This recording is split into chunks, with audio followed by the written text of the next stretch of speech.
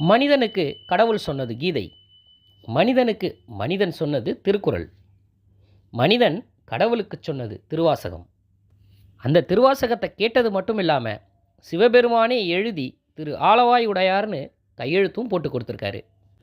தேனினும் இனிய அந்த திருவாசகத்தை படிப்பவங்க மட்டும் இல்லை, கேட்பவங்களையும் உருகச் செய்யும், கண்களில் நீர் கசிந்து உருகச் செய்யும்.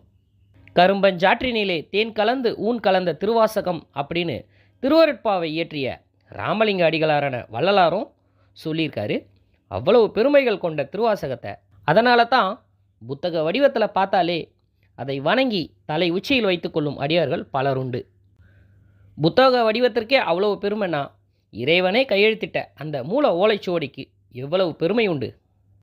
சமணர்களால் நிலவரையில் பூட்டி வைக்கப்பட்டு ராஜராஜ சோழனுடைய பெருமுனைப்பினால் நம்பியாண்டார் நம்பி உதவியோட அதையெல்லாம் மீட்டெடுத்து நம்பியாண்டார் நம்பி தொகுத்து வைத்த அந்த மாஸ்டர் பிரிண்ட் அப்படின்னு சொல்லப்படுற மூல ஓலை இத்தனை காலம் கடந்தும் சாட்சியாக இருக்குதுன்னா நம்ப இயலுமா? இறைவன் கையெழுத்திட்ட அந்த மூல ஓலைச்சுவடிகளை இப்போதும் நம்மளால் பார்க்க முடியும். அதுக்கு நாம் புதுச்சேரி மாநில பிரதேசத்துக்கு போகணும். பாண்டிச்சேரியில் நேரு தெரு பக்கத்தில் அம்பலத்து அடியான் மடம் அப்படிங்கிற சாலையில் அங்கேயே அம்பலத்து அடியான் மடத்துக்குள்ளே தான் இந்த ஓலைச்சுவடிகள் வைக்கப்பட்டிருக்கு. திருச்சிற்றம்பலம் உடையாரா குருவாக வந்த இறைவன் சங்க இலக்கிய தலைவராக இருந்து அவர் உருவாக்கிய அம்பலத்தடியார் மடம் பல மடாதிபதிகளை தாண்டி இன்னும் இயங்கிக்கிட்டு இருக்கு.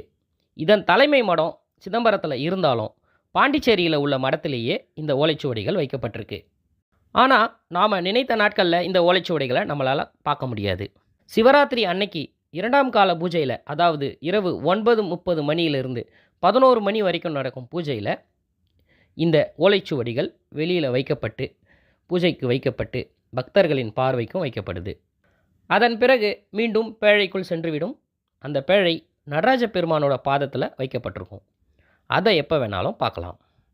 இந்த அம்பலத்தடியார் மடம் அப்படிங்கிறதால கோயில் போன்ற அமைப்பு இல்லைனாலும் மூலவராய் சிவபெருமானும் நடராஜ பெருமானும் இருக்காங்க. இந்த நடராஜ பெருமானோட பாதத்தில் தான் திருவாசக பேழை வைக்கப்பட்டிருக்கு. இது மட்டும் இல்லாமல் திருநாவுக்கரசு நாயனார் திருநீற்றால் பிடிக்கப்பட்ட லிங்கமூர்த்தமும் இருக்குது. அதையும் பத்திரப்படுத்தி அதற்கும் அர்ச்சனை பூஜைகள் நடக்குது. அதையும் நாம் பார்க்கலாம். இந்த மடத்துக்கு பக்கத்திலேயே காலத்தீஸ்வரர் கோயிலும் இருக்குது. இதுவும் பழமை வாய்ந்த ஸ்தலம்தான்.